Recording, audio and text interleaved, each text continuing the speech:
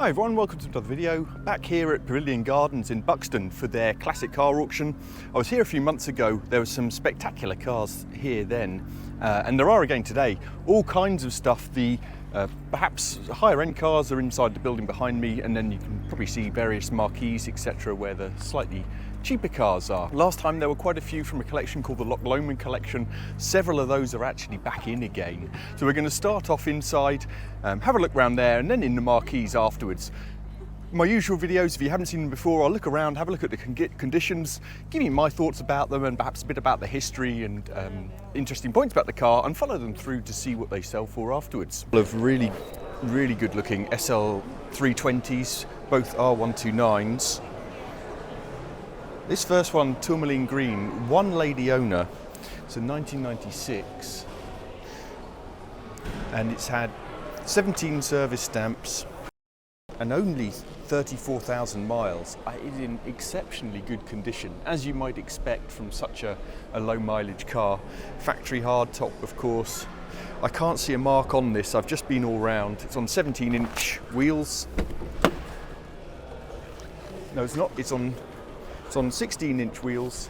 In fact, the only thing I've managed to find that's slightly not right on this car is just some wear and dirt here on the driver's handle. So you can see I'm really clutching at straws to find anything with this car. Really nice car. Guided at 16 to 18,000 pounds, which is quite a lot of money for a 320, but as they say, find another like this. One owner, 34,000 miles. And the condition. This one's a 1999 SL 320, so obviously 3.2 V6 in this. Again, factory hardtop. Silver this one on 17-inch alloys. And another really good condition car. There's some stone chips and a bit of flaking here on both sides, a bit worse on this side. Not sure that comes out very well on camera.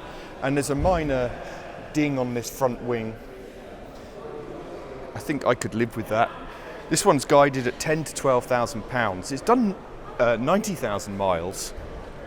Not in quite such good condition, but I actually reckon this one could be a slightly better buy at that price.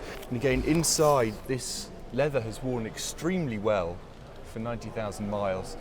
There is a little bit of wear just on the centre rest here, and a little bit on the mat just to show it is really a 90,000 mile car, but otherwise you would hardly know. Really top notch for the age and mileage. The green one is lovely. I do like the colour, but Mercedes silver is always good. The fact that it's got 17-inch wheels and is that much cheaper and a few years younger, I would actually take the silver one. Beautiful Aston Martin Vantage here. This is a 2013, so a facelift model.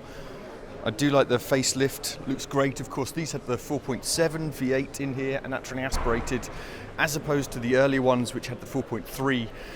That 4.3 was known for being a bit lacking in torque, in mid-range torque, and you had to rev it pretty hard. This one, the 4.7, had a lot more torque and was quite a bit quicker. There's some damage here on that rear arch, nothing too bad. And it produced 420 horsepower, this 4.7, quite a lot more than the 4.3. So a big advantage having this. This one's done 22,000 miles, 6 service stamps.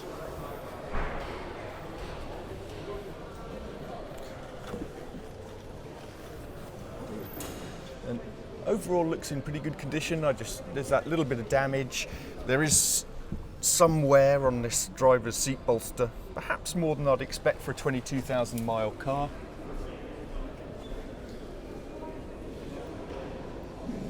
Very black in here, but it looks good. Guided at 35 to 40,000 pounds. You can now pick up the smaller engined V8 Vantages for, high teens if you're lucky. So this is substantially more, but it's a much newer car and probably a much better car as well. Also low mileage. E-Type here is a 1962 Roadster. This is 3.8 obviously, and this one is guided at 80 to 100,000 pounds and is in really top condition. It's got 40 years of extensive maintenance and history. It's in exceptionally good condition, and that's backed up by the fact that it's actually won multiple Concours competitions over the years, around I think 2010, 11, 12, 13. And it's been maintained up to that standard since then. It comes from long-term ownership, and it really is an exceptional one.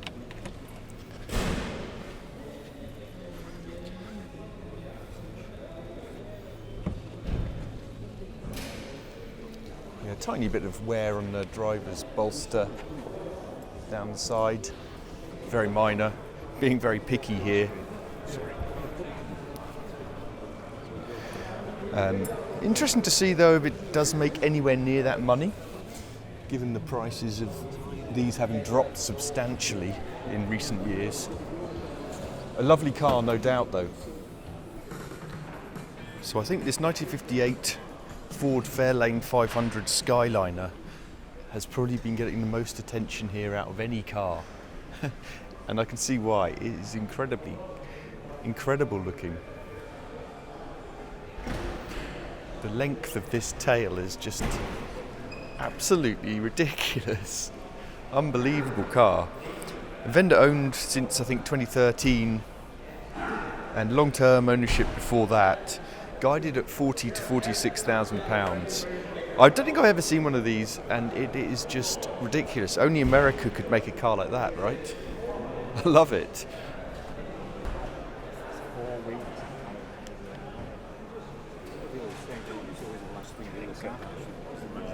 Typically 50s dash.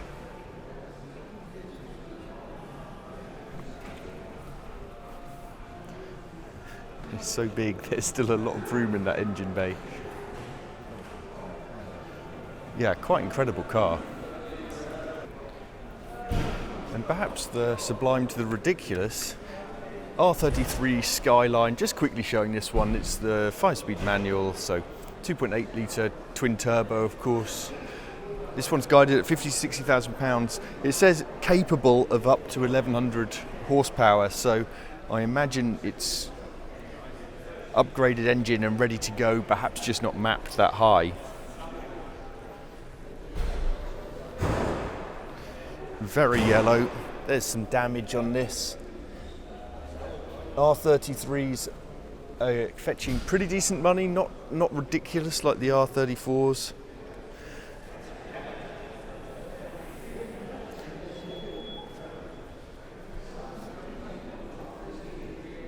Possibly a car that's still appreciating though. What do you think? It looks fairly well used in here, but respectable. Another one you may recognise from my last video. This was also in the last H&H auction here at Buxton.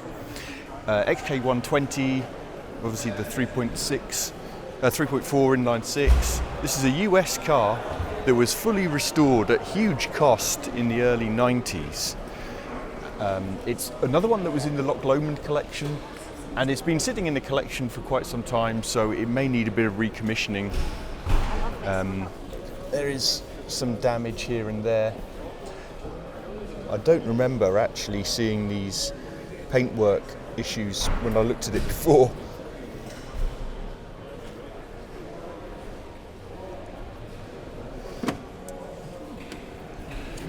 There's also a bit down here, you can see on this edge a bit of damage there. Interior looks pretty good though. And beautiful green paintwork.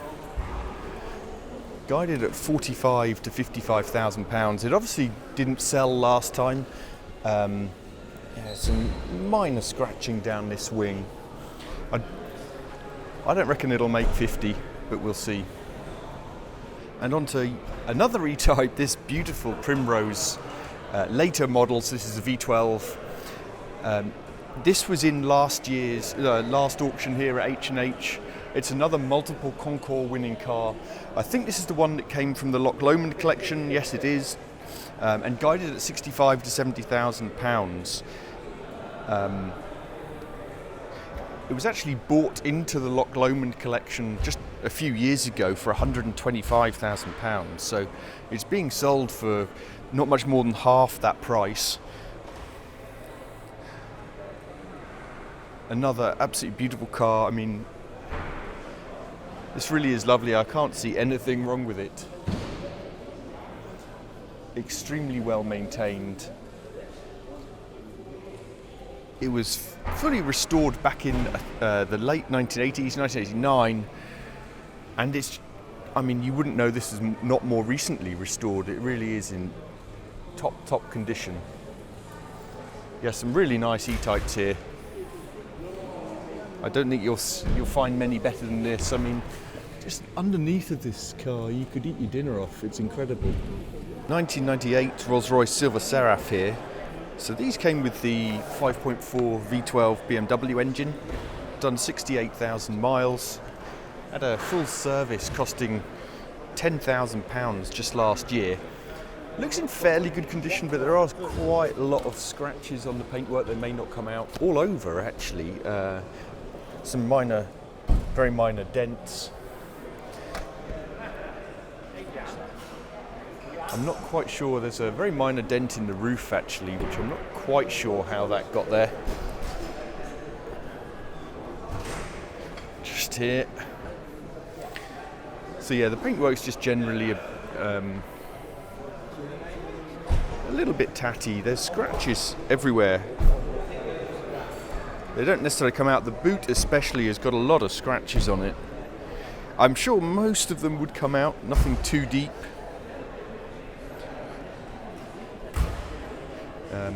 Bit of damage here on the window seal.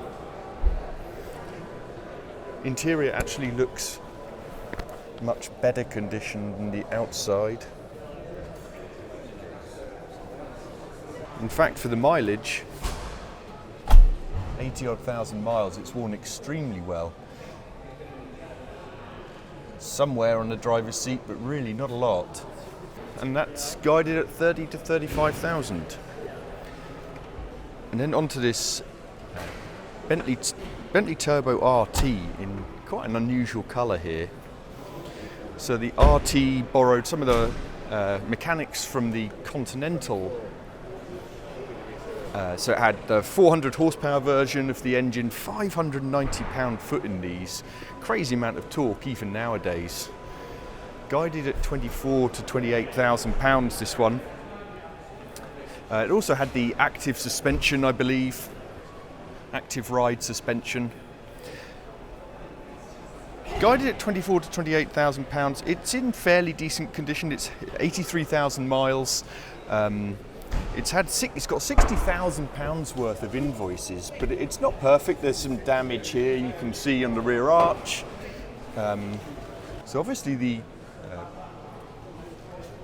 normal Bentley turbos can now be got for around 10 grand or so, perhaps not the best versions, but whether or not someone is prepared to pay that much extra for this limited edition and better version, I don't know. We've got this matching kind of purple leather trim here, very good looking. There is quite a bit of wear on the driver's seat bolster and armrest there. I suspect this won't make that money, even though it's a lovely car. This is one of the cheaper ones, guided at 40 to 50,000 pounds. Restored fully in 2001 and only done 4,000 miles since. It's cheaper because it's not a Concours example. There are imperfections, little bits of, rust poking through in quite a few places. It's still a very good looking and usable example, don't get me wrong, but compared to some of the others here, which really are, Concours winning cars, this one's not quite up to the standard, but that's reflected in the price. It looks pretty decent inside. It's more the various bits of paintwork that aren't quite up to scratch compared with the other ones that are here. But it's up against some tough competition. These are starting to get much more affordable now, these usable examples, as I'd call them, E-types. Some more damage here you can see. I mean, most of this could probably be fairly easily sorted. You know, there are bits of rust evident kind of all over the car, really. I suppose the risk is you don't know quite how bad it may be, but it looks fairly superficial from what I can see. I'm just featuring this HEALEY Silverstone D-Type, which I know very little about, I'm afraid, but is one of the most expensive guide prices here. So I'm just quickly showing you. Guided at 100 to 130,000 pounds. Sorry. It had a 2.4 litre 4-cylinder engine, 110,000 to 130,000. Sorry. It's a 1950.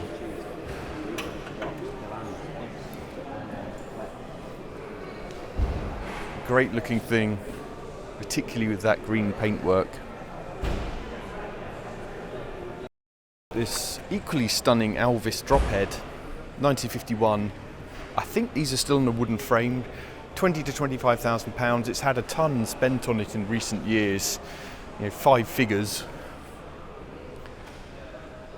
Looks in very good condition, but certainly not perfect. You know, there's some damage and crazing in the paintwork there. Bit of rust coming through, and some other minor bits and bobs. A bit untidy around there. Given the age of the car, it's maybe not so bad. Very, very basic, unlacquered wooden dash here.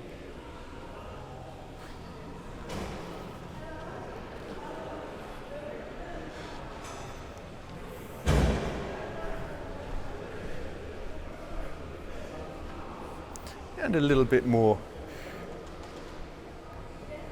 probably just cosmetic imperfections, let's call them, here and there. You know, I don't know what these go for, to be honest with you. But wonderful bits of engineering. And next to this Mark V Jaguar, absolutely stunning. So 1951. 3.5 litre, obviously drop head coupe. Wow. Yeah, stunning in here. And this is guided at 45 to 55,000 pounds. It looks huge from the back. And in excellent condition, actually. And I have a feeling these Rolls-Royce 20 horsepowers were here at the last auction.